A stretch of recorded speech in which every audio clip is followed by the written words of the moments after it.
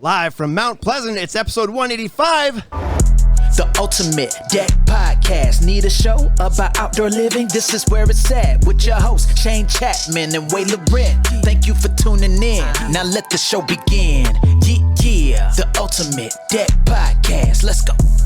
Good day, everybody. We're here in the what Ashley calls the cool day in Texas. That's right. In Mount Pleasant. That is something else to be considering this cool temperatures. A little bit of a breeze outside. I think we should bring Ashley up north and show him what we think are cool temperatures. Yeah. What are you doing in February? All of it. All of it. I love snow, so Yeah. that's my friend. That's what people say when they haven't lived in when I minus haven't 40. lived in it. You have to love it, that's for sure. Wade Laurent, Shane Chapman, and Ashley Campbell from which company were you representing today? Extreme Backyard Extreme and Beyond? Backyard and Beyond. Okay. That's the one of the day. So, It is the one of the day. So as we've talked about a few times now leading up to this, we made it down to Texas, eventually on Tuesday.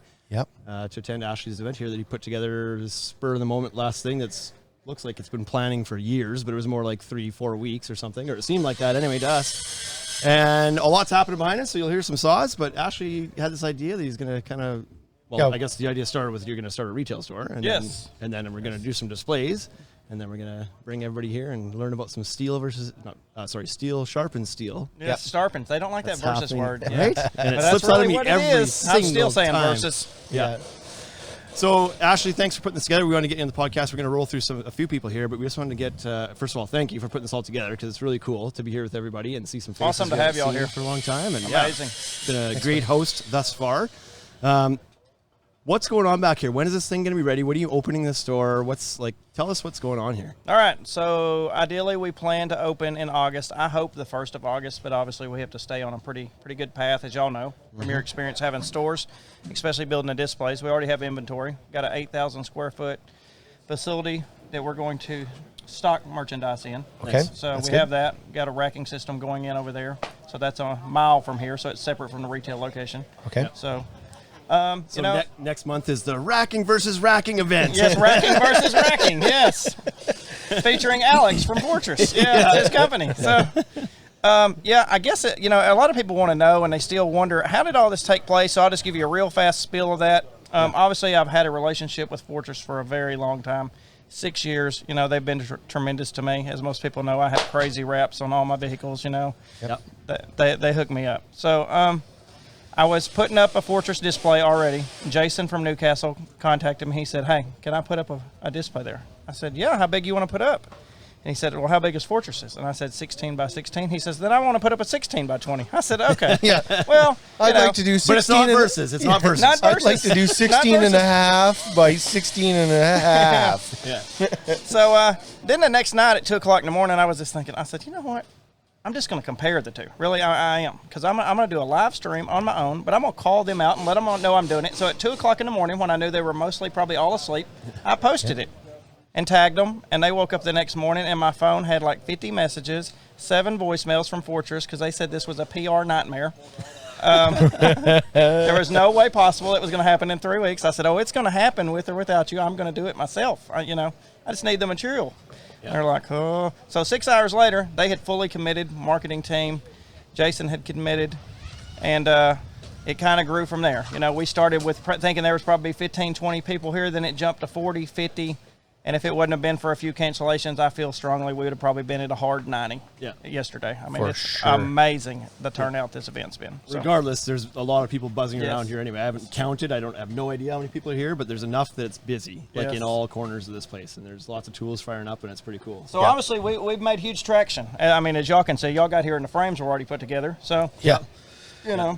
Yeah, that happens fast, right? So Chris Brand both also, systems- big shout out to him, Legacy Decks, Legacy Academy. Yep. He helped with this tremendously. Yep. No money, came on his own dime, brought his own, production guy down here with him to help. So that was a huge blessing. Awesome. So big shout out to him. Yep. But yes, as you can see, he got people motivated again today and got them all out here decking. Now the decking's completely finished. We're cutting in borders. Right. Yeah. So we have now framed 3 16 by 20 frames complete with decking on them as of Yep. right now. That's right. Well, I mean, you've got a collection of the best builders in the country world. here. Yeah, they world, should be able to really, get this yes. shut done. Yeah, exactly. So it's been pretty cool to see the faces that are here. I know the people that didn't make it down here are probably watching from afar and a little bit envious of it, but For sure. but it's been a super neat event. Okay. What's- So you owned a company, you owned a construction company before, Yes. decked out, Yes, sir. and then why the retail location? I guess for me, my favorite part of the job in the construction side of it is the day you sell the job, the Yeah, day you start the job, and when it's finished. Certainly. Because I like to see, you're like, if you're good at what you do and you appreciate your job, you want to see it finished. You want to see it right. You want to see that customer with that smile on their face, like this is over the top, exactly what I was expecting. Yeah. So that makes it amazing for me. So then for the retail side of it, we have 5 crews and 27 guys. Okay. So we're quite a large company for a decking business. So I'm already using a ton of material. It's sometimes hard to get it. With things going on in the world. So it made more sense for me to open my own retail location to support my own business, number one. But after I started thinking about it, I wanted to scale it to another level. Very similar to what y'all did. I kind of copycatted what y'all Sure. did to give you a little bit of. We weren't the first ones either with that idea, right? So it just kind of took off, and you can tell I'm kind of doing it pretty high scale. It's pretty fancy inside. So Yep. Yeah, it looks great. The renders, I'm excited to see the finished product because the renders look pretty badass. Yep. So what's been the hardest part of kind of like getting everybody aligned here? Like, who's managing all these people? I guess you kind of mentioned that Chris is a little bit, but like Chris you get was a huge player. 80 people here. Who's building what, and who had the plan, and like how did this? So I guess a lot of people helped me facilitate it. Obviously, each sponsor. You had Nick from Decorators, heavily involved with UFP. I mean, you've seen the event they put on last night. Ignorant amounts of money, who everybody enjoyed. Obviously, bands. Yeah. That was fantastic. Yeah, a couple of bands alcohol there. for 5 hours. Yes, Yeah. 2 bands. So Yeah. you had them. Then Tim, the marketing guy for Fortress. heavily involved in helping it happen. Obviously they've poured the money on it also. Yeah. So, and Jason from Newcastle, obviously, he just bought that company, from Trex, the Evolution system. So to jump into trying to do an event right after you've literally just ramped production back up and got stuff going, it was probably the worst for him out of all, for him to step away from his business to come here to do this. But I feel that for him, it's highly educational for him. It's like for time people to see. and money is really hard Yes. for him right now. When you first launch a business, right? It's like you have neither, Yes. right? But he likely has the most to gain by being here Oh, too. absolutely. Yeah, right? Absolutely. And so, You make it. The traction he'll get from this, I believe, will be higher than anybody's, in my personal opinion. Yeah. Agreed. Everybody else already has a huge bit of traction in the market. Yeah. Evolution was there, it went away, it's come back, but as we showed at this event, everybody thought, well, he's just doing the same system. No, he's changed a bunch of stuff. No, and I think that was one of the things I was most curious about. I didn't know if he had changed anything, but I was curious, and I've never actually seen an Elevations deck built. Like, we sold one to a customer of ours in Saskatoon, so we delivered it, but we never went out to see what it looked like at the end. We carried some material. And so this is the first time I've seen live in the flesh an actual deck built. We've seen the Fortress system, so it's nice to be able to kind of compare them and see how they differ. And it is cool that he has, because there was some shortcomings when it was Trex Elevations, right? Yes. It's nice to see that he's kind of already dealt with some of those shortcomings. So it'll be kind of cool to see how this evolves. Maybe a bad word considering who's using that next door. Yeah. How His it, next door how neighbor it over there. progresses. Yeah. So that's really cool. And Camo is here as well, right? Their fasteners are flying over the place. They pretty much sponsored today. Yeah. That was more or less about Camo today. Yeah. Obviously, Decorators putting down decking, obviously. But we really wanted to show the innovation with that clip. A lot of people have used it, don't believe in it, think, well, it can't be that much faster. Yeah. I mean, there's a ton of people back there working, but again, if you know how to use their clip and their driver, you can see it's literally an hour, and you can screw down a 16 by 20 deck. Yeah. Yeah. So have you guys, from your own construction company, what percentage of your jobs are you doing in steel now? Like, you've adopted that pretty heavily, but So you're we're still doing wood. 75% steel, 25% wood. Oh, wow. Wow. We're crazy. making a huge transition. So we build a lot of boathouses steel. So obviously the steel is just not an option for that. So that's really where our 25% comes in. I would say 90% of all of our decks are steel now. Wow. So. And the 10% that aren't, why are they not doing it? Is it a budget thing, or is it just... Yeah, or you'll have an old school guy that's like, no, I want a wood deck, a wood frame. That's how, you just can't push them on the sale. Right. So, right. And you don't want to push so hard that you lose the sale. Yeah, that you lose right? the sale. You want to show them the opportunity. Hey, this is why I think steel's better. Hey, this has a 25-year warranty on it. That wood's got none. They tell you it has a lifetime warranty, but trying to file a claim on that wood is a nightmare. It's impossible. Because the stuff that you're going to file a claim on it for a board twisting, that's not in the warranty. Yeah. It breaks the clips off. That's not in the warranty. Yeah. And then you try to file a claim with Decorators, whoever, and they're like, well, it's the frame. So I tell people all the time, my sales pitch is to when I go to the customer's house, I say, you're spending all this money on this decking. It's got a 25 to 50-year warranty, depending on which material you're using. Yeah. Why not put a frame underneath it that has the same warranty to support it? Yeah. If it fails, you have real warranties on this whole project now. Yeah. So Yeah. It makes a ton of sense. If it wasn't for the fact that it does cost a little bit more, like everybody would do it, right? That's the only reason Yes. not to is, it does cost a little bit more, but for certain, the argument that the stuff you're putting on top is going to last forever, don't put a 15-year frame underneath it. It doesn't make any sense. Because really, at all. that's what the decking industry, they gamble on that. Yeah. If you're putting in a wood frame, putting our decking on top of it, that frame's going to fail in half of the warranty. So you're never going to file a warranty It's claim. funny. I always, when I would be in the store selling product, people would say, well, what's a warranty? And I was like, let's be honest. It's the framing. And you'll actually tell people that, right? And also, if anything's going to fail, it's going to, as far as composite goes, or composite, it's going to fail within the first 5 years. And if it doesn't fail right away, then you're good. Yes, 100%. For the most part, yeah. Okay, well, we'll let you get back to the event because you got a lot of people to talk All to, right. and we're hoping to funnel some people through here as well. But thanks for sitting down and giving us some time, and thanks for putting on this event because this has been really cool. Awesome. Thanks, buddy. Wish we could have made it from the start, but hey, shit happens. All right. Thanks for having us. Thanks, Ashley. Later. Glad you're here. We're going to bring on Mr. Gordon South from David Bowie's camp. I got it. Mr. Wood Bully himself. Grab a mic here, Gord. Sit next to you guys. You're going to sit right in You can if you like. Last chair. You sneak in. Do I have to hold the mic the whole time? Only once you turn it. You turn it towards yourself, you'll be good Bryce to will go. get you hooked up there. That's a rockin' shirt you're wearing today. You're known for your t-shirts, but that one's bright, buddy. It's a little different. Looks good. Looks good. It's not too masculine. No, it's not. How's that? It's pretty good. I'm going to move around a lot, so hopefully.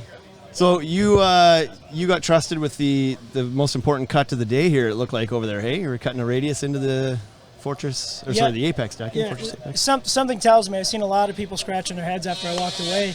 So something tells me it's not exactly up to their standard, but they did wait for an hour because nobody wanted to make the cut. Yeah. Except for they wanted me to make it. Easy to criticize when you're not the one willing to step up and You do it. waited for me to pull up and make the cut and walk away, but the cut is decent. But we're cutting curves, so That's a hard cut. It is what it is. Even with a smaller saw.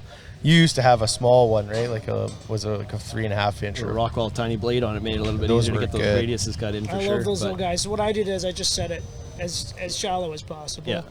And the cut's good. It might have been the layout, Yeah. but whoever did that, it was me actually. The cut is actually good. It's up to 99% accuracy, in my opinion.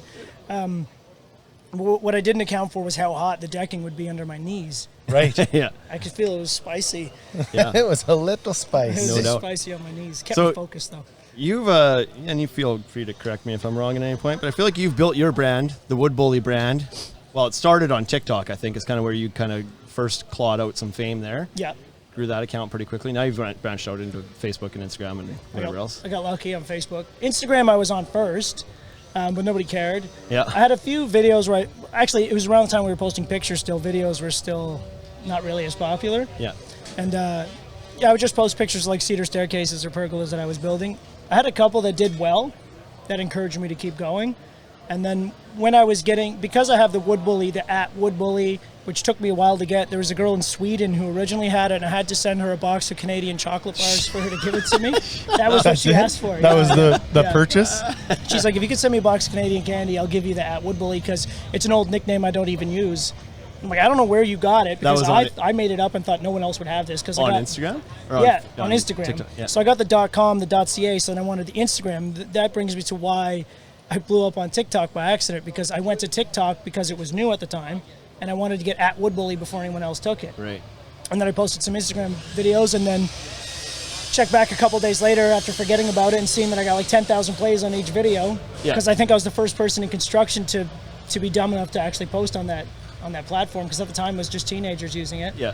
And then I just posted everything that I had banked and then started making content just for that format. Yeah. And then every other social media, after about a year of TikTok being the biggest thing, they all started to become TikTok. So then I could just take all those TikTok videos and move them to Facebook, move them to YouTube. And then Awesome. that was how that worked. Yeah. Yeah. Oh, the roar of the Lots of beast cars. back there, hey? What'd you show up in? What are you driving? We're driving a Camaro. How are you? Nice. Yeah, it's Good a for rental. you. Well, we got to the place in Texas, which I never knew existed, but it was like a mall for rental cars. There was like, I didn't count, but it looks like 100 different rental companies in one giant building. Yeah. And we got the one that Fortress hooked us up with for the rental for the event. And the lady there just said, any trunk that's open, you can have the car and drive away with it. And, and I was looking around and I seen the Camaro and I'm like, no way. Ran over to it, we put our bags in it, and drove away. And that's how we ended up driving a Camaro around Awesome. Texas for Good for the you. week. Yeah, that's well done. So your TikTok, you've got a bit of a famous personality. I mean, there's a few things that you've got a few catchphrases and what do I want to call it, like mannerisms you use and an attitude you have on there that really kind of gets a lot of engagement from people. Yeah. One is your pay attention, Brian, little opening statement there that you use all the time. That people have really bought into that. I think part of it is too is like the confidence or like that the bit of an ego that you're putting there to be like, listen up, Brian, you're an idiot, and so is everybody else that's watching this. You're all idiots. Like that's kind of the attitude you take. And it just like most people probably don't mind. They're like they get what you're doing. Right. But there's just some people that just can't handle it. It's like an inside joke that you really have to get to appreciate. Yeah. And if you don't get it, you think I'm a lunatic. Yeah. I just really wanted that big brother energy. So you, like, I'd say I'm talking to my little brother. I go, you and all your friends are idiots, and here's why. Yeah. Right? Yeah. Because I'm a big brother. And even if I'm wrong, I have to be confident because I can't break the facade of big brother being right. Yeah. Yeah. So whether I'm right or not is irrelevant to what I'm doing. Right. So the whole Probably page, the more wrong you are, the better the video does. Yeah. so I kind of got caught up in that where I'd intentionally do stuff a little bit wrong just to incite a little bit of violence in the comments. Yeah. Engagement. Yeah. So I've engagement seen is- that. There's an account I follow. I don't remember what it's called, but it's like what is it again? It's like internet tips, like websites you should know. You know what I'm talking about, Bryce? And the guy does it. He just goes on there and he's like, here's a website you should know, and here's why, and here's the software you should use instead of this one or something like that. And it's like these cool things. But he intentionally in every video will say a word wrong, and not like he doesn't like emphasize it. He'll just say it wrong because he freaking knows that everybody out there just can't help themselves but to jump in a comment and be like, you're an idiot. They'd be like, if you want to see a map of Canada, you just have to go to this website. And then people are like, it's Canada, you idiot. And he's like, yeah. They fall right into the trap like flies in a web. 100%. He does it every video. Yeah, so it's hard because you see the engagement and it's hard. That's why I call it like mining for followers. Like I'm going to do something that's going to get 10 million people's attention and 10,000 of them are going to get it and they're going to follow me, and then 990,000 people are going to be like, look at this moron, right? Or whatever. And I feel like, but the thing is, the people who get it are the ones that I want to follow me. Yeah. The people who don't get it wouldn't like Absolutely. me anyway, so who cares? The people that don't get it give you more content. Because you've totally just, you're like, yep, that's mine. And you've reposted these chirps and then you respond to it. And it's just like, they're doing it for you. Correct. Yeah, it starts to become where at first I'm like, we need to create content around construction, but that doesn't mean we have to always be based on the construction itself. And Absolutely. sometimes they say things that are so stupid that you can't resist. It's already a meme before I even respond. Yeah. So a little one-liner in the response, take a screenshot, and then boom, now they have to close their Facebook account. Right. That happened a couple times. So I got carried away. One guy, he maybe left like 30 or 40 comments in the span of an hour. So I definitely noticed him. Yeah. Because Facebook doesn't let me see every notification anymore because there's so many. And they'll let me see the preview. Like it'll say like goof. And I go to click on the comment and it'll bury it. It won't let me see it. Right. So I just gotta like, okay, I guess I'm a goof. I have to let that one go. But occasionally I get lucky. If you tag me in it, I can actually see it. Right. And then this guy did 30. So I said, okay, it's time for the Tool of the Month segment. And then I posted him in it. And he had to close his Facebook because he said he's got thousands of inboxes. People were making fun of him, his dog, his wife, everything. But the truth is, he was really, really nasty in those 30 comments. So that's probably why people gave him. And then he came to me and he's like, I can't believe the negativity on social media. I'm like, the irony is, What? You are negativity. you're the creator of the shit. The least you could do is eat a little bit of it. Yeah. And it's crazy, the irony that the taste of his own medicine was so bitter he didn't even realize he was tasting it. Yeah. Just like It was crazy. I was like, that's how I know maybe I should take it easy because these guys really don't even know what's going on. Yeah. So What are you at for followers on TikTok now? 190,000, I believe. Okay. We're getting close. Yep. awesome. Well, maybe you'll hit 200,000 followers at the same time we hit 200 episodes. We can do this all over again. Yeah, that would be Be cool. like, Shouldn't be long. collaborate on that. And Facebook, I have 120,000. It came up out of nowhere, pretty much. Yeah, how do you even do that on Facebook anymore? I thought Facebook was going to make a comeback for whatever reason. They just introduced Reels. Yeah. So I had already 200 videos banked from doing a year and a half of TikTok. And then I was like, I'll just put my TikTok videos on Facebook because I think people forgot how many people are on Facebook. Yeah. Fucking everyone's on Facebook. Yeah. Everybody you know is on Facebook. Yeah. It's just because we're not using it all the time. Because I think social media used to be the thing where you check up on your aunt or your grandma and you see pictures. Now it's only for people to see what their favorite personalities are doing, and that's it. Right. When's the last time you went on Facebook to check on a family member, or you went on Instagram to check on a family member? Yeah. I've never ever followed my family on Instagram ever. There you go. I don't even know if they have an account. Now, That's what I kind of used Facebook for a while. It was what I like used more of Facebook my for, family too. check-ins For a while. on Facebook. 10 for a years while. ago, yeah. Yeah. And now all people do on social media is scroll through their favorite comedians, their favorite celebrities, their favorite personalities, and that's all that social media is now. It's Yeah. just a feed of like Entertainment. entertainment. Yeah, it doesn't matter who it is. And now Yeah. TV is becoming irrelevant. Right. So do you remember something we talked about this before, and I'm going to put you on the spot now, but do you remember some of your favorite chirps, your favorite hate mail? I remember some of yours, but I don't know what I can say. So sometimes I noticed that you would get in my comment section and you'd basically give the same energy to them, and I found that's why I thought we'd be best friends before we even met. Oh man. Because sometimes it's just what they say. I think some of my favorites are to just give them short one-word answers to their long rants. Yeah. It's just like saying, they'll go on like, this guy's a goof, why aren't you banned? I know amazing carpenters who get banned every day. You should be banned. And I just say, too bad, or no. Just no, or yes, or I just one simple little thing. Sometimes it's all it takes. Just It's enough it's that like- they know you saw it, but yeah, they yeah. don't give I two wrote shits. I wrote about all this stuff. I want you to give that back to me. I was like, no. it. Yeah. Yeah, exactly. Yeah. No. Because in the body, they usually ask at least one question, and I'll answer that one question. These mics are less balanced in Texas. It's like, Yeah. Yeah, they never fall over in a drive. So my favorite one from you is, you want to hear? how about it? So the guy, it had to do with, I think it was You remember it better than I do. It was an expanding foam. It was when I did those expanding foam videos. Okay. And for the post you're talking, right? Yeah, For a for the- fence post or it was for a steel fence post, but Yeah. we used the deck anchor for the steel fence post just to do overkill to make sure that we were good. We went down 4 feet. But anyways, the guy said, I wish I was looking for it, but I couldn't find it. But he said, what does this have to do with its weight distribution and the ability to take loads? And then you wrote, what does it have to do with your mom's weight distribution and her ability to take loads? And I thought it was sensational. That's how I knew that you're my favorite person. And that was with the filter on. Yeah. It's Well, you only- got a way to say stuff like that without getting it flagged, right? Yeah. And so my God. I don't follow our social media accounts like that closely. You should. And I'm so, freaking hilarious. So last night, we're at dinner last night, or like the barbecue, and Shane tells me the story, and it was like, yeah, and I did that from the deck shop account. And I was like from our company account? He's like, yeah, I guess I didn't switch over. But anyways, it's out there. Yeah. On my TikTok thread too. It was fantastic. Even the guy, the troll who made the comment, he said LOL after. So Well, you what know do you- you got it. Yeah. It's a Shut it your down. mama joke. It's It's like- it's amazing. It was fantastic. It's hard to shut up a troll. Hey, they're always ready. It was but, like one of those battle rap winning punchline kind of hits, right? It was fantastic. White flag. I loved it. Oh, we'll have to step in and comment a bit more, and create some history together.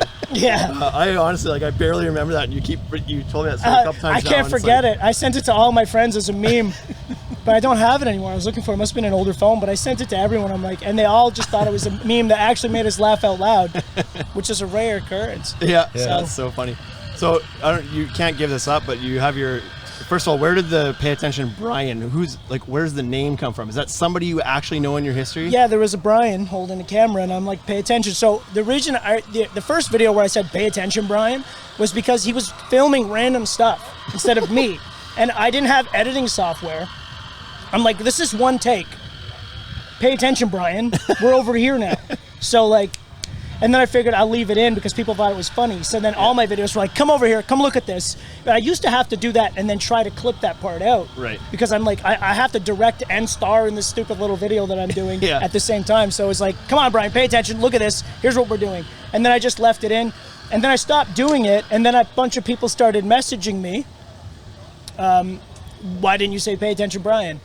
And I'm like, oh God, I'll do it again. And Yeah, I good, thought that's my I'd shtick. taper off a little bit, and then everyone's like, nope, So The more keep you do doing it, it. the more they It want was it. like the I didn't do it kid Yeah. Simpsons episode when Bart knocked down the crusty studio stage and said, and I so didn't that's do it. super funny because I thought, like, not knowing where the history of it, where it came from, I actually thought that you were taking shots at Baumler right away. But I spell Brian with an I. This is with a Y. Yeah. Obvious. a lot of people I thought wasn't that too. able to hear that, but now that you say that, I can hear that was with a Y. No, an I. Sorry. Yeah, so which, And now he's showing up in a couple of yes, videos I with you. think because of the way the algorithms work. So when I say certain things or put things, people who have those interests will see them. I feel like 99% of my followers are named Brian. And just because the algorithm is on point now. So Brian Baumler's attention, he was like my idol, so getting his attention was hilarious. And then I ran into him in Florida, and he already knew who I was. So when I met him, I was like, this guy already knows who I am. To me, it's like meeting fucking Paul McCartney or something. And so we got to talking for a bit. You know, it's nice to have a guy like that around for advice because he knows a lot more about the media side of the construction business than anyone else, I think, in our country. Yeah. I would Yeah. say, yeah. And then we ended up doing the Beat the Bully, and I asked him if he wanted to come and be a guest judge for the first episode, and he just said yeah and came. Yeah. There was Awesome. literally no question, no talk of anything. He just said, I can be there. Yeah. And then he showed up 5 minutes early, did his thing, and left, and I was so shocked that he actually showed up, and it didn't cost Yeah, me because he was like, yeah, I'm coming. And you're like, yeah. yeah, The whole time. Right? yeah. I'm Where not did sure. the Beat the Bully idea come from? What's the history there? When I met him in Florida, I was talking about how social media is the future of construction entertainment, and HGTV, let's be honest, no real construction workers watch it anyways, but now we have the influence from all our peers are buying into new tools and stuff like this, and it's a different game, so I think HGTV's dead. And he's like, well, I bet if I offered you a TV gig, you'd take it. And I said, you're right, I would. I'm like, are you doing that? And he's like, we have a good idea for a show. And on the spot, I was like, we'll call it Beat the Bully. It'll be like Iron Chef of carpentry. I'll invite trolls from the internet, guys from the comment section to come go head to head with me in a competition of carpentry, equal amounts of time, equal piles of lumber, equal parameters, and let the best man win. And he said it's genius. He sat me down with his production company to do a meeting to pitch it. I pitched it to them. They said, it's a great idea, but let's be honest, you're not able to hold a show on your own shoulders. You're not quite famous enough. I said, that's fair. And then plus getting the trolls to show up is going to be next to impossible. Yeah. So, okay, I could see where they wouldn't want to take a risk on that. So I ended up doing it myself. And then we're just going to do it as a YouTube and Facebook thing. Yeah. So that way when I did reach out to Baumler again and say, hey, guys, remember that idea I had a few months ago? Well, I'm doing it. Do you want to be part of it? So he said, yeah. And so you shot what, one? So far, we shot one episode. And was it hard to get a troll to come on? Like that seems like that would be nearly impossible. Yeah, so I posted on a really viral video. I did on purpose where I took the 6x6 off the sawhorse and then threw it in the mud because I had a feeling it would incite violence. And then I cut it in the mud because we're cutting a 6x6 with a 7 1/4, so we have to cut it 4 times. It won't bind, right? So it really didn't make a difference in terms of safety. It was just like a procedural, like, what is he doing kind of moment. Yeah. Plus, it was pouring rain, and that also helps. Which also pisses people off that you Yes, work it in the does. rain. They think yeah. I'm supposed to go home because it's raining. Yeah. Like, you go home when it rains, not me. I don't even care if my crew goes home when it rains. I don't. Yeah. Because, especially when I was a foreman, if you count how much money, if you're getting paid by the hour, say $35 an hour or something, every time you go home, it's $350 off the end of your check. Yeah. Because it's raining? No, Yep. thanks. I think I'll work. And that was what gave me that attitude. And then I'm not afraid of the rain. I'm going to take a shower when I get home anyways. Might as well It's do it just now. water. Yeah. Yeah. Yeah. Who cares? Take a bath on the way home while I'm sitting in the truck. My wife loves it. I come home smelling fresh. Yeah, exactly. Just Smell throw a like little dry forest. shampoo in your hair at the start of the day so it lathers you all day. Yeah, Right? exactly. You don't Put it smell in, like turpentine. Follow me for more tips. Yeah, follow me for more tips. Where was I at? Where was I talking don't know. about? Oh, the Beat the Bully? Yeah, yeah. Okay, so Getting the guy to show up. the guy ended up showing up, was actually a big fan, and he was a follower, and he just thought it'd be a great opportunity for exposure, so he's a real carpenter. He ended up being a great guy. I think we're friends now. Does he can't- follow you on Facebook? He does, yeah. Then you're friends. Okay, yeah. That's a legit. That's it. Facebook official. Change his relationship status and everything. Now friends with Wood Bully.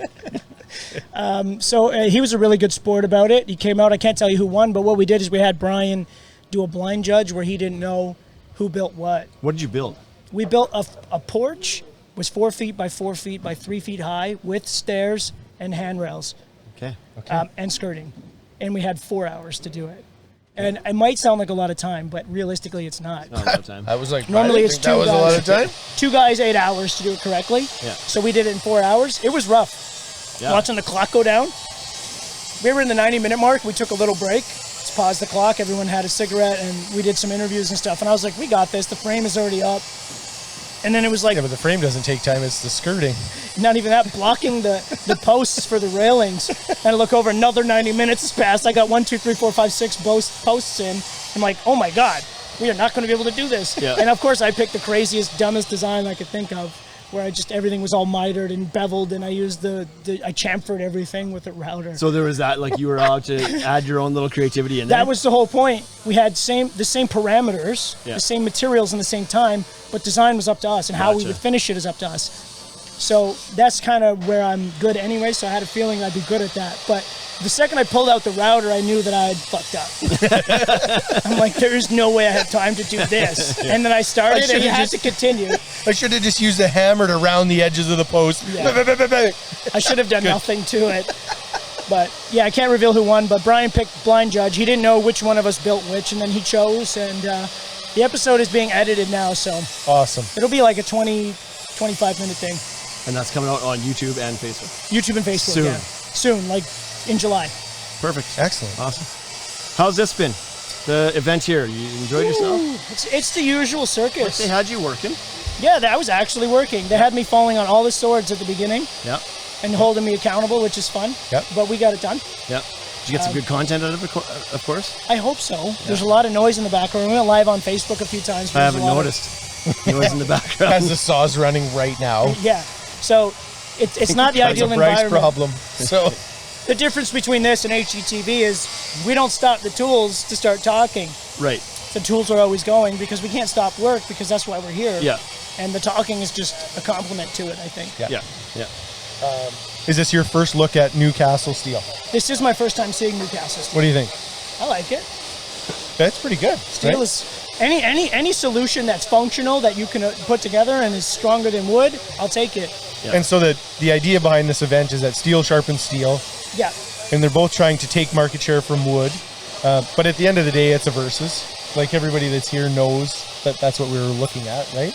Yes, correct. And Fortress is something I've been using for a while. Like the beginning of the pandemic, when pressure-treated lumber was getting to like $100 a square foot to frame a deck, it's when I was like, okay. Sounds like we're leaving some money on the table, yeah, Shane. yeah. New plan Yeah. Sell treated lumber in Ontario. to Gord. It's like- Anyways, I was exaggerating slightly. Okay. Either way, the price of lumber had gone up by 500% or something like Yeah, that. yeah. It was a lot. It went from a $5 2x4 to a $23 2x4, something like that. I don't That's remember. true. Yep. I don't look at prices. I just buy. Yeah. I had to get a mortgage for a 2x4. Yeah.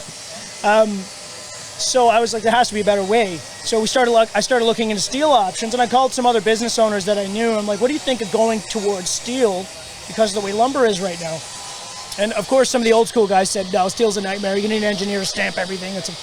Because that's the way it used to be, right? To pull permits with a steel. And then I called a few places locally that made steel framing for commercial buildings and interior stuff, but it was galvanized. And they gave me some quotes, and then eventually I found Fortress very shortly after that, and then seen it was all powder coated, it was black, it looked so intentional just for what I was looking for. Yeah. And at the time, the prices were so similar, pressure treated and the steel system was literally like 10% difference. So it made almost perfect sense to go to my clients that I was already booked for the year and go, listen, we're going to frame it with steel. It's going to cost an extra 10%. But you trust me, we don't want to burn our money on pressure treated because the value is going to drop any minute. I told them any minute. It ended up being 3 years, but or whatever, 2 years or But in whatever. the lifespan of a deck, that is any minute. Yeah, so I mean, like, we're going to spend what $1,000 now, what it's going to be worth what you would have spent $200 in a year from now. Yeah. So let's just spend the money now on something where we're actually getting the value out of it. right. The warranty on the frame, right? We're not just paying for logistics. We're paying for the actual product. Yeah. Yeah. Yeah. So that's where I made that switch. One of the biggest things we talked about in our store when we were trying to sell it was the lumber had gone up and steel was still, if you looked at framing product to framing product, it was twice as much money. But like you say, on the entire job on the entire scope of the thing. It was like 10 to 15%. Yeah, because the decking was the same. Railing's and if you the same. think about it, decking is going to last 30 years. The frame's going to last 15 before the joists start to rot, Right. even if it's pressure treated, even if you tape it, doesn't matter. So your warranty is 30 years on a deck. Your warranty on wood is 0.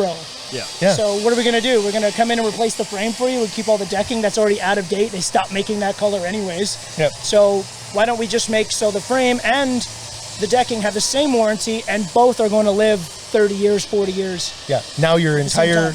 the entire deck is a 25-year warranty. Correct. Not 0 and 30. Yeah, that me as an installer, I use the manufacturer's warranty and I pass that on. Yep. Instead of me having to warranty something for 25 years out of my own pocket. Correct. I only have to warranty my labor, and that's so if I make a mistake, I'll come and fix it for free. Yeah. That's how that works. Yep. Yeah. Which undoubtedly you make a lot of them. Yeah, but I fix them before I leave. we say it never leaves the kitchen, right? Yeah. You overcook that, throw it in the garbage and make another one. You don't bring it to the table. Yeah. Right? Yeah. So mistakes happen, but we clean them up right away. But sometimes you do bring it to the table just to see the guy react, right? To incite Sometimes you violence. burn it on purpose. And then I tell them, we're going to have to pay. What we do is we build stuff that's terrible, just total hack job. And then we go, if you don't give me the final check, I'll kill myself. Sounds effective. I've seen guys use it with their girlfriends when I was younger, and it seemed to work. It's 100, So I thought it was 100% success rate on Sales this. 101. Yeah. Yeah. Follow me for more tips. That's fantastic. Pressure sales. Those are pressure sales. It works, tactics. buddy. It works. Well, Full disclosure, don't do that. yeah, don't. It's bad customer service. Yeah. It's a bad way to relate to your clients. I was joking. Warning, I was joking, please. Well, you're still here, so clearly So, you were joking. Because he gave me the check. no, they all paid. Yeah. I was like, I think they all paid is what They happened. didn't want that blood on their hands. So what's the plan now? You're here, you've done this. Now what? Where are you going? We're going to Dallas Okay. to do more work. Okay. No, we didn't do any work. It's all voluntary stuff anyways, but What are you doing in Dallas? You and your because I your wanna wife go- came down. Wife? I brought my wife with me. Yeah. She's my life assistant. Right. Yeah. Right? She manages me. She's my handler. Oh yeah. Yeah. If You need a handler. Yeah, oh yeah, I would get lost. Yeah. So we're gonna head to Dallas and find out. I want to go see the grassy knoll. Okay. JFK. Yeah, we talked about this. Oh yeah. Speaking of, like, Yeah. didn't get his final check. Yeah. Oh, that was dark. Too far. No, I don't think so. You're No. pushing it now. Yeah. That was you're from gonna- his own mouth, not the company account, so that works yeah, fine. yeah. You're gonna. This is the okay. podcast account. It's Yeah, different. that's right. Well, I know you guys were. Well, she was wanting to get you out of here. I'm sure you'd stay here all week if you could, but Oh yeah. you guys want to get going to Dallas, so we'll let you go. But thanks for sitting down and giving us some of your time. Did I give any? Did we talk about anything related to? Oh, it was super disappointing from what I was expecting, but I think that I feel the same. I feel like It's so anticlimactic. You know?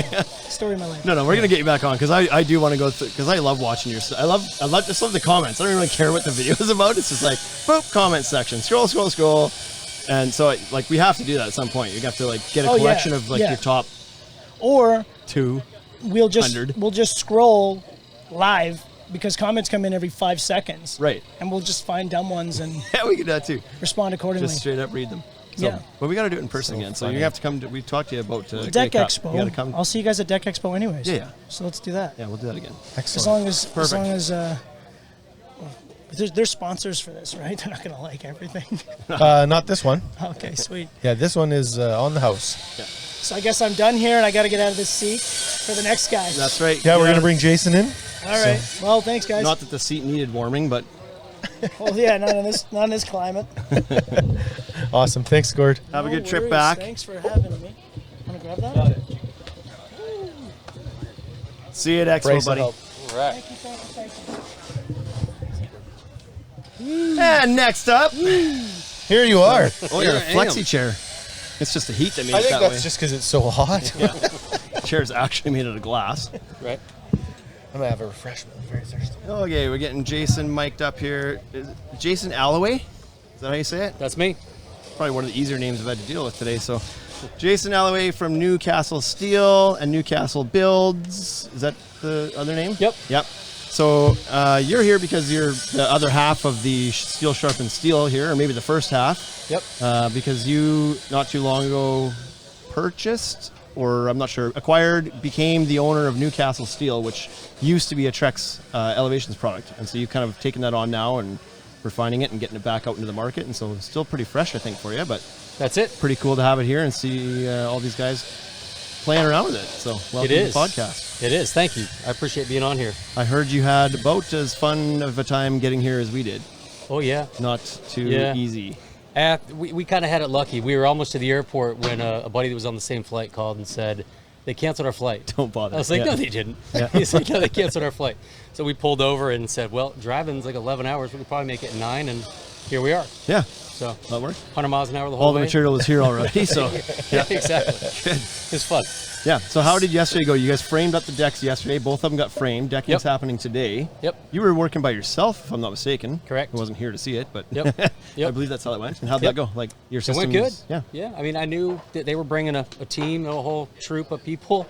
My guys are all sick and having babies, so it was really, I was like, well, I'm the only guy that can go, so I'm just going to figure it out and build it myself, and we did. Did So, a bit of prep work and then shipped it out, Yep, that's it. stocked it together here. Yep, I got kind of injured a couple weeks ago, cut my hand real deep, and this thing kind of was thrown on our plate last minute on top of an already really full plate. So I said, I have a day. I'm going to build this thing in the shop, dismantle it, ship it back out there, and I feel not like all this of it, like landed- most of it was done, but not This all. landed on everybody's plate kind of out of nowhere. It did. Yeah. Like Ashley sort of sprung this on everyone. No, he did. I was talking to him one night, and I said, so, do you want to display our steel there? And he said, yeah, that'd be great. I said, I'll donate whatever you need. Like, no problem. He's like, man, that's awesome. Thank you. And the next morning, I saw the Facebook post, like everybody else, that 3 weeks' time, everybody in Mount Pleasant, Texas. I was like, Ashley, I don't have to be there, right? I don't have time to get there. But I'd like to figured take it my out. donation of product back, actually. Yeah, exactly. I've been telling him the whole time, I'm like, I'm not actually coming. You know that, right? Like, That's so funny. yeah. So I want to hear the story. Like, it's not every day that a contractor uses a product and then buys it, all of it. Like Well, the whole because company. you used Fortress as well before, right? So we were 100% elevations pretty much, I think, since the first year that elevations was a product. Okay. We went in full bore and just said, no more wood, we're only going to do steel, and that was the product. A couple LGS frames. When Fortress first launched, we were asked locally in Atlanta if we would build a Fortress display deck. Fortress asked us to do it. Our suppliers did. Trex people actually asked us to build this Fortress deck because they said they need a competitor. Like we need Certainly. a competitor. So they need help. They need to get out there. Go do it. You'll help all of us if you go do it. So we did that, and pros and cons. Liked it a little bit. Didn't like some other things, and but then we went back to doing our other steel. Just doing elevations. When elevations was discontinued, we just kind of ran over to Fortress. We're like, hey man, we're gonna do your stuff now. Like nobody knew Trex was going away yet, so we kind of snuck in and started doing Fortress, and we started doing a lot of Fortress actually. But then when the opportunity kind of popped up to buy the elevations line, not the name, but what the product basically is, Yeah. we just kind of jumped on it. I mean, supply chain was crazy. Nobody knew where and when they were going to be able to get their product, and what are the price increases going to do. So at the time, it just made sense to buy it, run it ourselves, even if it was only for our own frames, like in-house for Newcastle build. And then from there, it's grown to what we have now. So we purchased it last October, and now here we wow. are today. Okay. I have a tent now Yeah. and a tablecloth. A Couple shirts, some hats. Right, exactly, right? exactly. You took all your profits, bought these few items, That's and then pretty much donated that, flew across it, drove across the country. It's like, Yeah. all right, so back to work because I'm at zero again. Right. No, we've actually done pretty well. We've paid off our investment already. We've Awesome. sold quite a bit Good so for you. far. We've only been in business, basically 3 months, and we've sold quite a bit of product. Good for A you. lot of people picking it up. Yeah. So it's good. So you're trying to sell it at retail, like you're getting it in, like stocking dealer type thing, or is it all custom order? A little of both. Yeah. Initially, we wanted to go direct to contractor, try to, just knock that 30 points that distribution puts on it and then the suppliers put on it. Yeah. So we were just going to go straight to everybody. I didn't expect all the contractors to push back so much. Everybody's like, well, what do you mean I got to unload it at the street by hand? Don't you have a forklift you can send out? And I'm like, well, no. Like, you're saving 60% over anybody else. Like, get your guys and unload it. It'll take you an hour. Yeah. So everybody's pushing back. So now if somebody wants it, like, we're happy to ship it direct and sell direct. Or if they have a supply house that wants to pick it up, we're trying to do like exclusive partnerships in certain markets. Like in Colorado was a big one. We got specialty wood products there, picked it up there. In Colorado, that's the only place you can buy it. Atlanta will be Randall Brothers. I think we're going to be in here pretty soon, kind of the same thing. So From a retailer that's really side, the way to like go. from a retailer stance, there's certainly some value in that, because for us, if we bring a product on, typically we have to invest in marketing it, and because nobody comes in and asks for Newcastle steel, right? Sure. They ask for an alternative to wood. How can I have something that lasts longer? And so They part don't of- even really ask that. No. At this point, right? No, We've but they've got a heard propo- about it, Yeah, right? well, maybe. They've heard about steel framing or some other, how does it last longer? So you have to invest in that as a retailer. And so if we bring it in, land product, and then 2 months later you open up a lumberyard down the street from us, for us, and it's in like, Home Depot and Lowe's and Direct and all that. Yeah, Like, that's- what's in it for you? So fun. direct, exclusive partnerships. Yeah. It's good Yeah. for everybody. Yeah. Yeah. So are you planning on continuing to build like the construction side of your business, or not side, but the other business is going to continue to go Yeah. on and kind of simultaneously run both these companies? So they're very separate companies now. They're not attached in any way, shape, or form. So we have guys that are building the decks. We're still booked out for the year. There's no reason to give that up until we necessarily have to. Right. Yep. I like building. It's all I've ever done. Yeah. This is new. Like, manufacturing is a headache. It's fun. It's nice to test things and like be able to propel stuff in the industry and like be more at the forefront. I guess that Yeah. makes sense. Yeah. Yep. But buildings, it's in our heart. It's like Yeah. that's what we're good at. It's what we like to do. Like we like building, $250,000 decks. And like, not even for awards. Just like putting up that kind of a structure it means something. Yeah, it's rewarding Something. to you to finish and look at that. So how, do you look forward at what this might become and think like, good God, how am I going to scale this? How am I going to manage if this really takes off? Then Yeah, the answer is money. yeah. It It really is, It right? really- yeah. It really I'm like, is. so I need 8 people over here and 4 people over here. All right, do I have enough money for 12 people for Yeah. a year? Yeah. Just like if nobody bought anything, how long could I go right now? And the answer is like 2 years. So I think I'm in a good spot. I mean, we'll just keep throwing everything we have at it.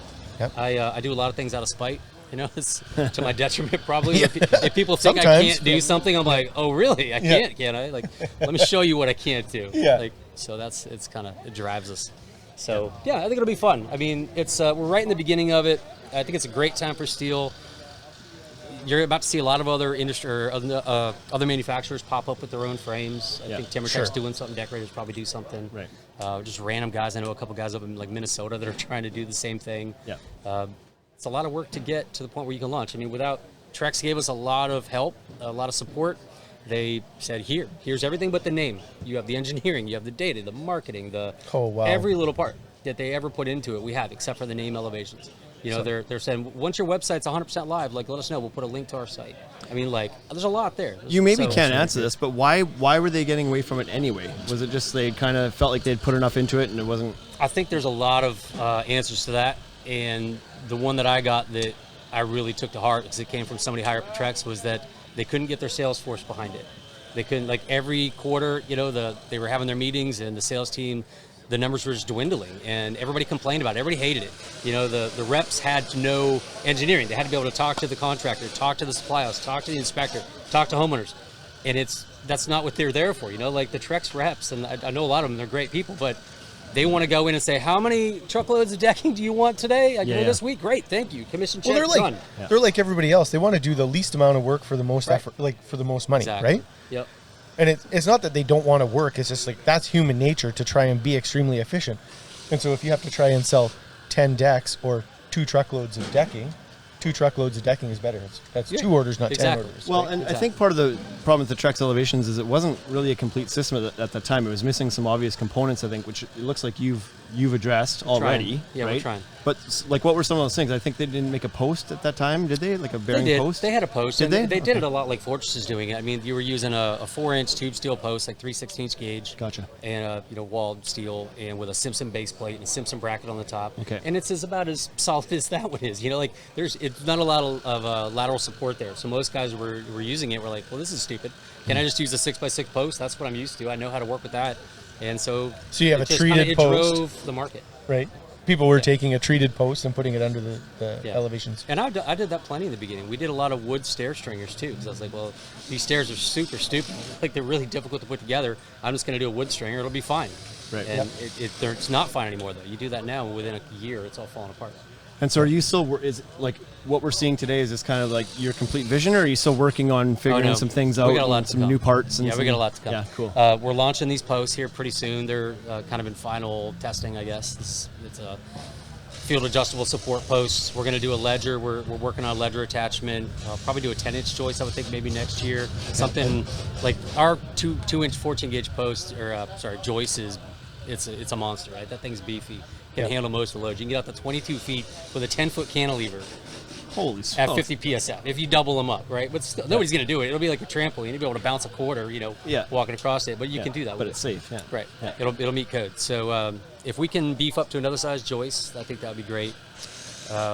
New stair system, I think that's obvious. We need something better. Right. Yeah, I think the stair system, well, you just said it, but it's like the stair system is probably the weakest point right now in that. It depends It's hard what you're to trim. trying to get. Like it's hard to trim out, and it's hard to get. Like, It's not that, I mean, we do it every day. It's not that hard once you get used to it. It's harder than the competitors. I'll give it that. They have us beat there, but and harder than wood, because that's who you're trying to take, right? You're trying to move wood guys to steel. I don't think that's going to be that difficult. I think a lot of guys are going to run to steel here pretty soon. Okay. I mean, you have bigger companies that have warranty crews that are just following past projects that are Right. like 2 years old. You work with steel, you don't have any warranty issues typically. Like there's no going back because of a deflected joist or crown joist or rod or whatever. It's done. You build it, you get your profit, you move on. We don't have any warranty, like on the build side, we don't have any warranty crew or anything at all. Like we'll maybe get like 4 things a year, and it's typically lighting. Like lighting's burning out or something stupid. It's never the frame, it's never the decking. Yep. So, and it depends what you're trying to get. Like we're not trying to be the quickest, fastest, easiest frame out there. We're trying to be the strongest. Plain and simple. Yep. Yeah. So our stairs, we were talking about doing a little test here and driving like a little mini excavator up it and see what it would do, because it'll probably take it. Yeah. You can't do that with anybody else's stuff. Yeah. So Yep. that's, I'm a construction guy, and I probably have the wrong attitude about it, but I'm not trying to get everything done as quick as possible. I understand that that's kind of where we're going. Everybody wants it super simple and quick, but I'd rather it be stronger and better. Yeah. Well, that's certainly not a bad approach to take, that's Yeah. for sure. Yep. So. Yeah. What's next for you then? Like, do you think this is kind of like, would you entertain other products? I guess is where I'm going with that. I don't know where this came from, right? The product went away, and maybe you said the opportunity presented itself, so you did it. Like, are there others? Are you interested in becoming more on the manufacturer side? No, I want less work. I'm already tired. I'm like, if somebody was like, "Hey, want to take over this decking line?" Would you do it? Yeah, no. If it was in Fiji, yeah. If somebody's like, Oh, I have this thing yeah. in Fiji, I'm like, sorry, we're out. Like, I'm done. Yeah. Who wants this? I'm gone. Yeah. But no, I mean, I like steel. It's kind of in my blood. We've been doing it for like 17 years now, just exclusively for I think like 10 or 12 years. So it's what we want to do. I think we can do a lot with it. I think we can improve the market, just make it better for everybody. So we're gonna just keep hitting away at it. So you said you improved the post that was there. Was there anything else that you added or partnered with and changed? The 2-inch joist is a big deal. Like that was always part of their beam, but they never. I don't want to keep mentioning Trex, but because it's not Trex anymore. But that 2-inch joist was half of their beam, and so we looked at it and we got the engineer to look at it, and he said, no, you can. Here's a span chart for it, and all the system of attachment will work for it, and you can get much greater, stronger spans. So just launching that, we took the beams actually out of the product lineup, so there's no more SKU for a pre-built beam. You build them on site, Right. And we replaced those beams with the 2-inch joist. So same amount of SKUs, a lot more opportunity, a lot more options. And your beam's just built up. It's just 2 joists. A screwed joist together, and a track essentially, right? screwed together with screw top and bottom every 12 inches, which kind of sucks to kind of do. But we really shine when you're trying to build up a double beam. Like the alternative was always to get your beams up in place, and then you get up there on a ladder and you're trying to drill through, and it's catching, and guys are flying up a ladder, and it really sucked. So for us now, we can just take 2 joists back to back, screw them in with a screw pattern, cap it with your track, and you're done. Yeah. And no bolting. So it's a little quicker. Slick, yeah. Well, thanks for yeah. giving us some of your time to kind of show, tell us what your product here. I thank you. have never seen it actually built, even when it was Trex elevations. Like we brought some in one time for a contractor, and we saw the pieces of it and sent it out to site and whatever had happened. But this is a chance for me to kind of see another alternative system, and like it looks pretty slick. And I think for you as a brand new company, this has been, I'm guessing, probably great for you. The fact that there's so many contractors here that get to see it and touch it and feel it and know what they're looking at now. It removes any of the questions about it, I think. Yeah, for having it sure. here, so. For sure. I mean, there was we were getting a lot of customers already. There was a lot of guys out there that liked elevations, and they liked it more than any other product that's out there right now. Yeah. So now that it's back, we're getting calls. There are people like, man, thank you for Yeah, bringing yeah. this back. Yeah. Like, this is great. Like, we don't like that other stuff. We want American-made steel, Yeah. direct to me, like lower price point. So there's a lot of people coming back. Yeah. We're I heard gonna that disrupt, I think, a little bit, Yeah. in the industry. I heard that a couple of times today, that American-made part, and that resonated with a few people, right? They were like, I like that it's from here, for here. Right? I have no problem with the Chinese people. It's kind of funny. Like in construction, a lot of the people are very just anti-Chinese, right? Which is weird to me. To me, it's I don't have any problem with China, with Chinese or with Chinese products necessarily, but we have an option that's made here, home team, right? Yep. It's, we can do this. We can do it cheaper than anybody else. We can do it better than anybody else. So why wouldn't you go American Steel? Support where we live, support our team. Yeah. Yeah, That's where we're exactly. at. Awesome. Well, thanks for joining us, Jason. We got Scott Kelly up here next, who's going to give us some of his thoughts He on has the day. nothing to say. He's Yeah. got nothing. Looks like He's- he's changed the shirt because it's For dry a again third now. time, right? Yeah. He's been sweating it out today. Yeah. We'll let you get back to your booth and do your thing. Oh yeah, I there, got to so- go kick my legs back up. Yeah, that's I'm right. tired. Yeah, I'm tired. we'll let you move from that chair back to the other chair. Right, exactly. Yeah. All right, Awesome. guys. Thanks Thank you. for- Jason. Thank you. I appreciate Appreciate it. it. Take Thanks.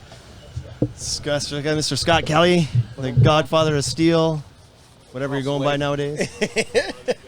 Why don't you come over here and pop a squat, buddy?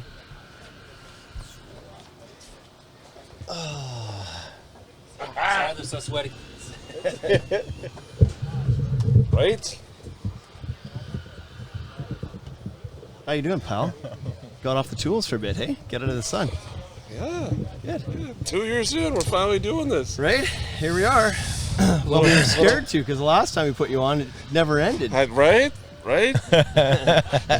Still got the record, I think. You absolutely Yes. do. I think Simcoe was pushing me, though. He was trying, I think, intentionally to do that. You're still the only podcast episode that we've ever split into two parts because we're like, I don't know that this is wise to put this all up at once. Let's chew it off into bite-sized It's spots. actually Blake today was talking about it. Was like, how many minutes does Scott have on the podcast? And I was like, I don't know. It was like 2.5 hours. And Blake's like, all right, I want 2 hours and 45 minutes. Let's go. How has the last couple days been for you here? It's been warm, and you've been been out there warm. working hard, It's been helping warm. out. Yeah. I might go with surreal, honestly. That's probably a pretty good description. Yeah, I mean, let's look at it. 2 years ago, 100+ episodes ago, we're chatting steel for 2 hours, and constantly banging on the door and trying to get people to talk about steel, and I feel like that, here we are. 2 years later, and we've got 2 manufacturers and literally people from both coasts, and the boys from Canada survived biblical pegs, and I do feel like that episode we did with you, not to toot our own horn, your horn as we all sit here together, but I feel like that really got a lot of attention and got a lot of contractors thinking like, holy, because I think you answered so many freaking questions that people had about it. They understood after listening to that episode, like kind of what they were in for. And to hear somebody that was so passionate about it and had committed to it and was having so much success with it, I think a lot of guys were like, okay, well, now's the time. And Now- also just being like, it's not that scary. and knowing that they then had a resource because you were very open book, like, hey, if you want to reach out, kind of Yeah, thing. So you kind of became the sounding board for people. Yeah, I think in some ways. I mean, it's definitely been, a real thrill and humbling and exciting at the same time. There's nothing better than texting you guys the screenshot from some random, Yeah. some guy in Canada one week and some guy in New Jersey the next week that's like, hey, I heard you on Shane and Wade's podcast, and I want to give Steel a shot. And it's, that sending you guys those screenshots, and it's amazing. It's a super cool feeling, and it's almost baffling how fast it's sort of picked up momentum. Yeah. Yeah.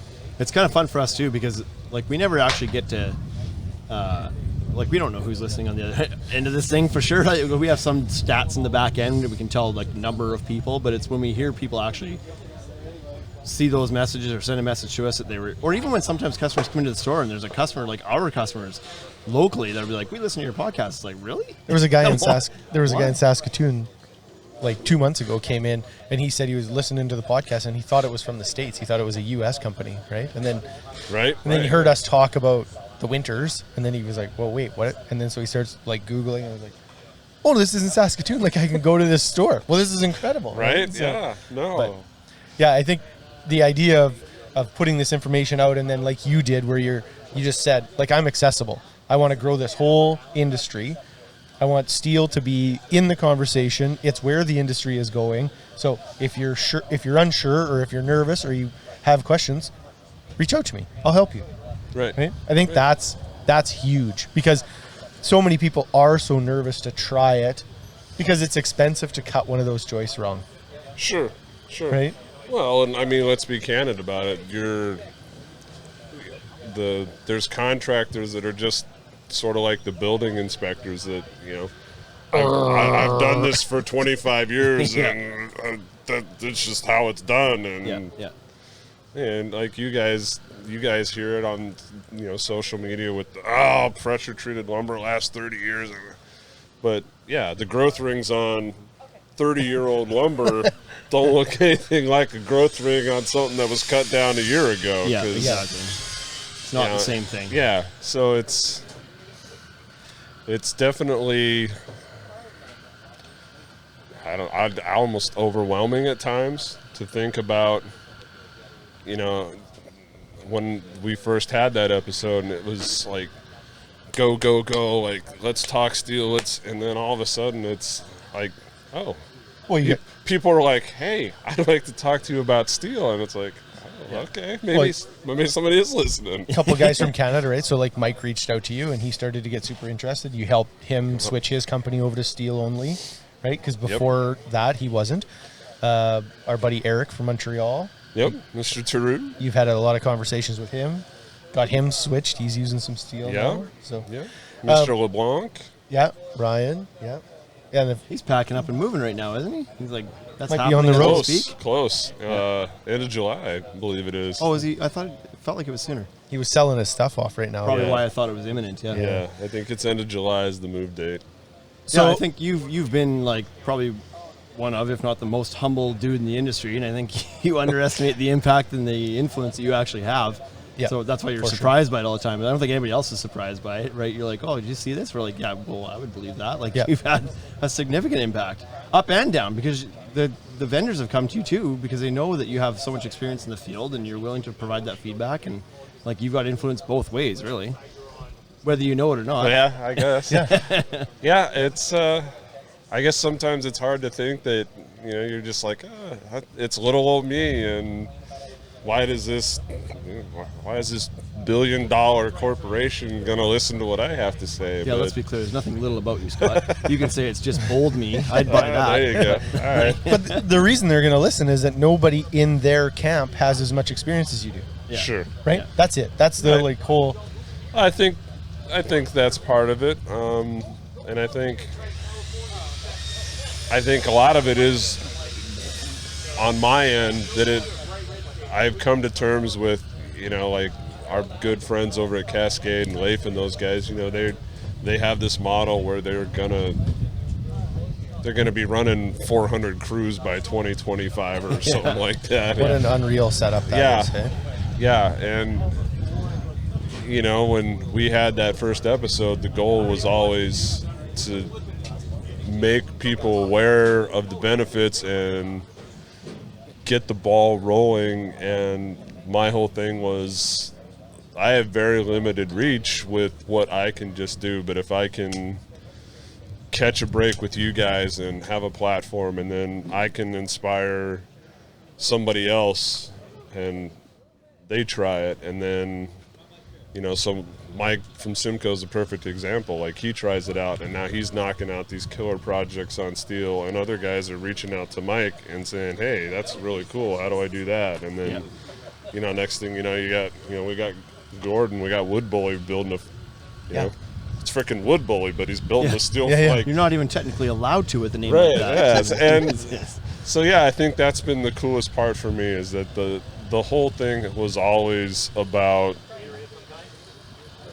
trying to get a better alternative out into the market, out into the industry. And, 100 episodes ago, we got that started. Well, and you're such a resource because you've tried them all. Like, right, you could speak to every system that's out there, Yeah. and the ones that aren't even systems out there. Like, you've just done the light gauge steel Avenue 2, so you can speak to the pros and cons of that, and the Fortress system, and was the elevation system, which is Elevations, yep. Yeah, so now like, Newcastle, yeah. there's some guys that could speak to, I've done a steel frame deck, but they've used one or another. Yeah. Whereas you've got like this complete picture, and like you can just kind of give the no BS answer as to what's good about this one versus this one. So Right. That's why it's valuable to me anyway, and to people listening, I think, because we did go through all that in that whole episode. There was a lot there to unpack. There was a lot there. There was a lot there. Yeah. So you've seen Jason's new product, Newcastle. Yes. And what's your feedback on that? What do you love? What do you love, and what do you not love? I would say probably the thing that I love the most about it thus far is Jason did a 180 from Trex, in that he has built with it, but he's built I don't know how many decks with it back when it was elevation, so he knew that system back and forth. He knew its pros, he knew its cons, and he also knew that it had room for improvement. Yeah. And I know he's talked to me, and I know he's talked to other people about how to improve it. And I think anybody that knows about when it was actually elevations knew that Trex was not receptive to input on what was wrong with that system. Right. Yep. Huge. And then I think the second thing is that Jason, being who he is, and as a small, like, he's just becoming a manufacturer, so he's not this gigantic corporation with, multi-million-dollar lawyer budgets and all this. Well, that's the thing. We commented on that. Like, he was here building this frame himself. Right. Yesterday by himself. Yeah. Right. Because that's who was going to build it. Right. He manufactured it. He cut it, pre-assembled it, took it apart, loaded it, shipped it, drove here, put it together.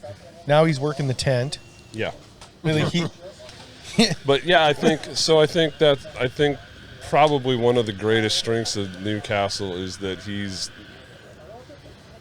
still small, and he understands the building aspect of it, but he's also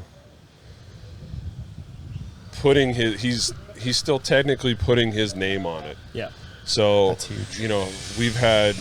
we talk probably twice a week right now about different aspects of the system, and a perfect example is like when he was doing his span charts with his engineer, and the engineer's going through, and he's like, hey, you can span whatever it is, 22 feet. And Jason and I both are like, sure, the math says that you can do it, but if you actually span that, the middle of that deck's going to dip 3/4 of an inch, and your customer's going to feel like you built him a trampoline. Yeah. And Jason's like, I'm not going to do that to people. I know that it's not right. Yeah. So, like, he's got this information, and he's like, okay, I know what the math says, but I also know what's right for another builder. I know what's right for a customer. Yeah. And I'm not gonna just slap this number into a chart and then put customers and the builders in a bad spot. And I think there's a lot of credibility in that. Sure. And I guess integrity to that too, Yep. which is a big deal. Yep. Absolutely. So what about the Fortress system? Like, you were you didn't need to learn anything here. You have plenty of experience with these, but you pop across 20 feet the other way, and they got the Fortress system there, and there's things to love and about it, and things that maybe there's definitely things to love.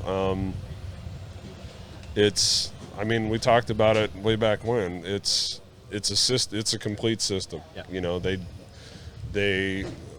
they were very smart at the outset, and they had, they conducted interviews with builders. I was one of them. I know there was other guys, and they, before they put a single piece out in the market, they said, hey, what about this? What about this? What about this? Where are your pain points? Yeah, right. So they did a whole lot of upfront due diligence about how do we start with a good project. Right. How do we get a good product out there from the jump? Yeah.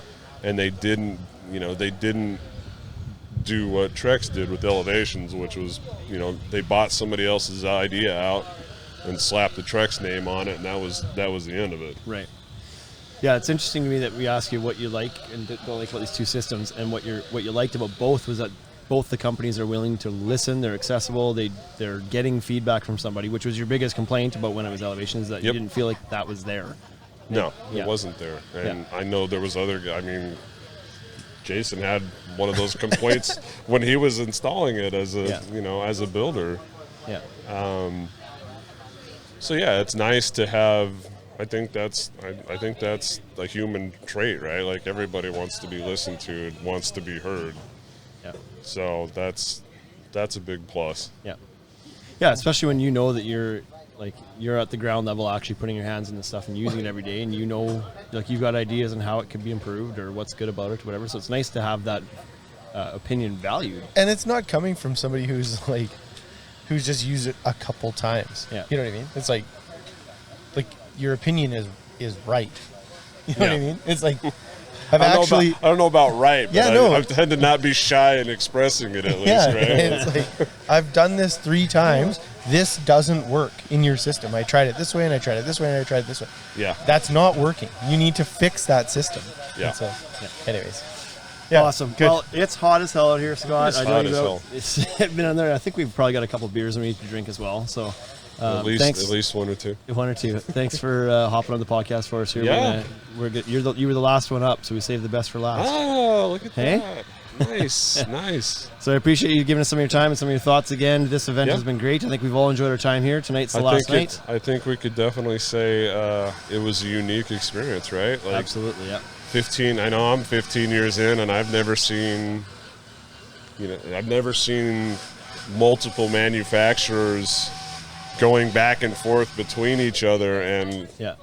Well, it's gonna be interesting to see what comes from this, because now people are hearing, they're like, all of a sudden everybody's brains are gonna be turning a little bit. I mean, like, Yeah. what can we do here? Yeah, because Can we buy into this kind of you're thing? not going to go to IBS or Deck Expo and see this again, Right. Because Nope. everybody's going to have their booth, and they're going to be selling to their people. And Yeah, it's all pre-assembled and it's finished. You don't get a chance. yeah, Yeah. and there's just no cross collaboration. So I think this is a pretty cool start to what could be something pretty interesting going forward. Yep.